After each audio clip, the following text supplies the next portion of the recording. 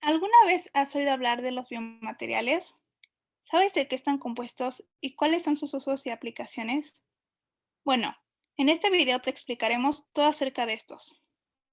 Para dar una breve introducción al tema, primero hablaremos sobre los materiales y su evolución. Estos son de gran importancia en nuestra vida cotidiana, ya que todo objeto tangible está formado por un material. Desde la edad de piedra, los hombres utilizaban la naturaleza para conseguir materiales y construir herramientas u objetos para satisfacer sus necesidades. Algunos momentos importantes dentro de la historia de los materiales fueron el descubrimiento de las aleaciones durante la Edad de los Metales y el desarrollo de los plásticos en el siglo XIX.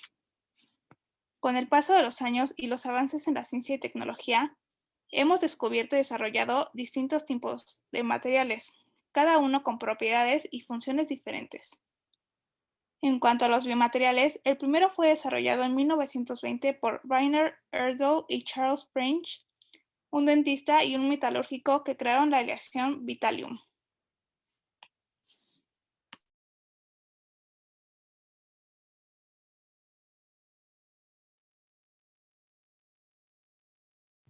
Si bien la ciencia de los biomateriales es una de las nuevas ramas, no quiere decir que su uso también sea muy nuevo.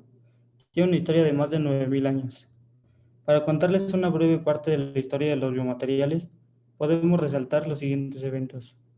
En 1829, los primeros estudios para comprobar la compatibilidad en implantes con oro, plata, plomo y platino se realizaron en perros.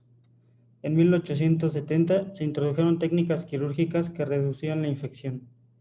En 1886 se utilizaron las placas de acero para las fracturas de hueso. En 1893 se desarrolló un sistema de tornillos de carbón para fijar las capas de acero en fracturas de hueso. En el siglo XX se empezaron a utilizar aceros inoxidables. En 1928 se desarrolló el primer antibiótico. En 1931 se desarrollaron dispositivos de vidrio para la cadera y clavos para la fijación de huesos. En 1936, aleaciones con base de cobalto para la cirugía ortopédica. En 1938 se realizó el primer reemplazo total de cadera. A raíz de la Segunda Guerra Mundial, la ciencia se vio obligada a desarrollarse exponencialmente para poder atender a los heridos. Por lo tanto, después de investigar, Sir Harold Ridley inventó la lente intraocular acrílica, que hizo más popular el término biocompatibilidad y se hizo más popular en 1943. Las aleaciones de titanio se utilizaron en los primeros años. En 1959 se introdujo el polímero de teflón para la cirugía de reemplazo de cadera y se utilizó polimetilmetacrilato como cemento óseo. Los metales porosos comenzaron a usarse en la década de 1970. Y esos fueron solo algunos de los avances que tuvieron en la historia de los biomateriales. Sin embargo, la ciencia de los biomateriales es algo que hasta hoy en día se sigue desarrollando y lo podemos ver con distintos aerogeles y materiales biofabricados que se asemejan al plástico con la misión de reducir la producción de basura en cuanto al plástico que existe hoy en día. ¿Cómo podemos definir el término biomaterial? Si lo analizamos desde su etimología, material significa sustancia y bio vida. Por lo tanto, si nos basamos en esto, la palabra biomaterial podría hacer referencia a una sustancia creada por un organismo vivo o una sustancia en contacto con éste. Sin embargo, aunque un material biológico puede ser usado como biomaterial, la Sociedad de Materiales dictó en 1991 que el término biomaterial sería usado solo para referirse a los materiales usados para evaluar, curar, corregir o reemplazar cualquier tejido, órgano o función del cuerpo humano. Es decir, los biomateriales se pueden mantener en contacto directo con tejidos vivos e incluso formar parte de ellos durante un periodo de tiempo, con el objetivo de reemplazarlo, completarlo o mejorar su funcionamiento, sin implicar un daño sobre el organismo vivo. Es por esto que sus mayores aplicaciones se dan en la medicina, siendo usados para crear componentes, piezas, aparatos o sistemas médicos que se aplican a seres humanos.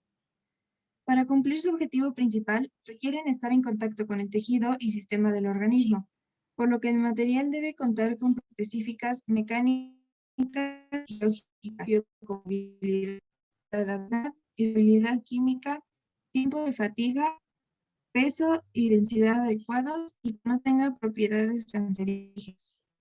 Las principales a considerar son la biocompatibilidad, que se refiere a la cualidad de no introducir efectos tóxicos o dañinos en el sistema biológico con el que está interactuando. Esto es de vital importancia, pues cuando se introduce un cuerpo externo o desconocido al organismo, normalmente el sistema inmune genera una respuesta de ataque y rechazo, causando inflamación, dolor, fiebre, entre otros síntomas. La biodegradabilidad, que es la resistencia a sustancia a la descomposición causada por condiciones ambientales y organismos vivos. Esta característica se toma en cuenta principalmente en la ingeniería de tejido durante los sustitutos temporales de tejido, evitando la necesidad de otra cirugía para retirar el implante.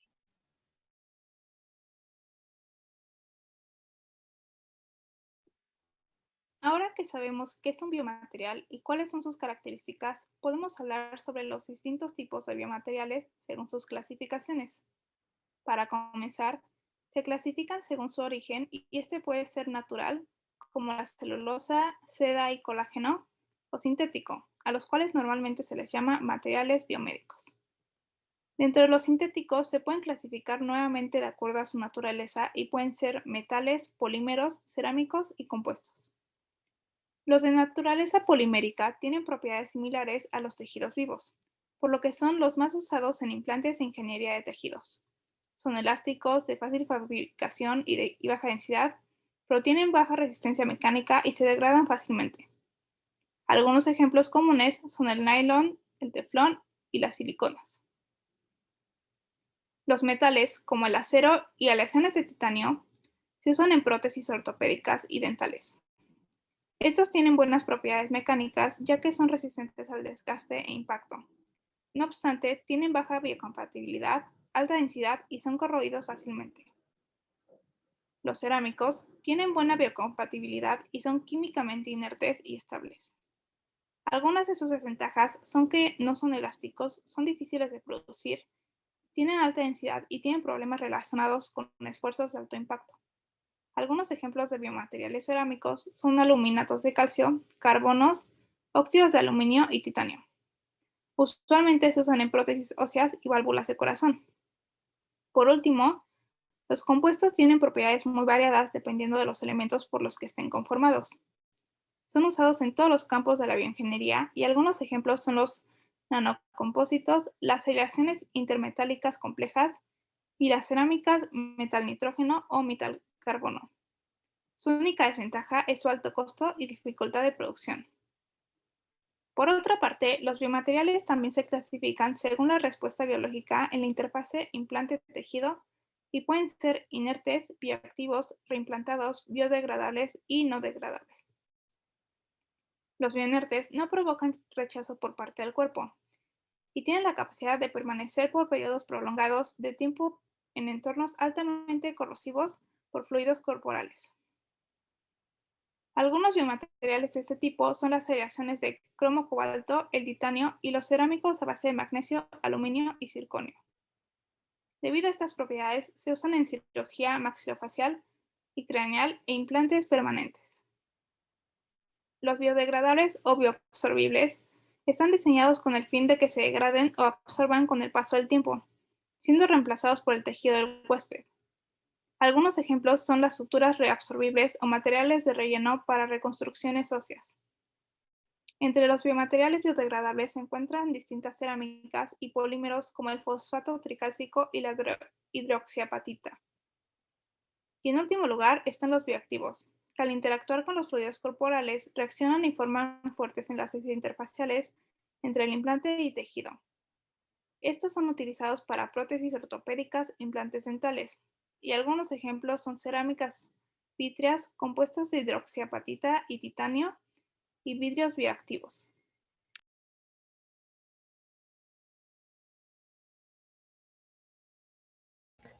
Y bien, volviendo un poco hacia la historia de los biomateriales, entre ellos hubo personas que influyeron mucho en la historia y la evolución de los biomateriales. Entre esas personas se encuentra Robert Slanger. Él es más conocido por ser el padre de la liberación inteligente de fármacos, pero de igual forma ayudó con los polímeros biocompatibles. Ahora bien, tocando el tema de los polímeros biocompatibles, gracias a los avances de la tecnología se han podido desarrollar lo que denominamos como bioplásticos. Estos nos han ayudado muchas veces en nuevos e innovadores proyectos, ya que estos buscan reemplazar a los plásticos tradicionales, los cuales, como no es sorpresa, son millones y afectan tanto al medio ambiente como a nuestra salud y a lo de los animales en nuestro planeta.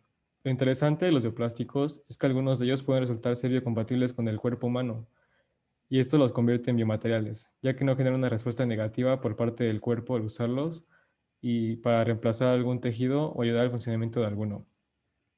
Esto los hace de mucha utilidad para la actualidad. Algunos bioplásticos biocompatibles son el Yelma, que es glicerol y agua, que al polimerizar con luz UV es biocompatible y biodegradable. Agarosa, se extrae de las algas y su principal aplicación está en la medicina molecular o los alimentos. Alginato, este igual se extrae de las algas. Es un biomaterial y es biodegradable. Se usa principalmente para materiales en 3D. Celulosa. Es característico por tener buena resistencia al agua y al sol. Igual de ella puede salir la celulosa bacteriana. Y por último, quitosano. Es biocompatible y se usa principalmente para hidrogeles. Último, como se sabe, los biomateriales son un elemento indispensable para mejorar la calidad de vida y la salud humana. Ya he mencionado todo lo anterior, es importante hablar de las aplicaciones de los biomateriales. Los diagnósticos, suministros médicos y medicina regenerativa emergente son algunas de estas. Algunos ejemplos son los conjuntos de genes y biosensores, y las bolsas de sangre y herramientas quirúrgicas, los implantes y dispositivos médicos, y la piel y cartílago diseñados por tejidos. Para las empresas que buscan proveer de este tipo de soluciones al mercado, el aspecto económico en cuanto a biomateriales ortopédicos es muy favorecedor y atractivo. Asimismo, según un artículo publicado por el Centro de Investigación en Química Aplicada, el segmento de biomaterial de polímero va a una tasa de crecimiento más acelerada al alto uso de estos para la reconstrucción y fijación de la columna vertebral, la cadera y la rodilla. Concluyendo, los biomateriales y las aplicaciones de estos están llenos de futuro y promueven un panorama muy positivo. Son un ejemplo de los grandes avances tecnológicos e innovadores que continúan favoreciendo a los campos alrededor de la ingeniería y aportando alternativas viables.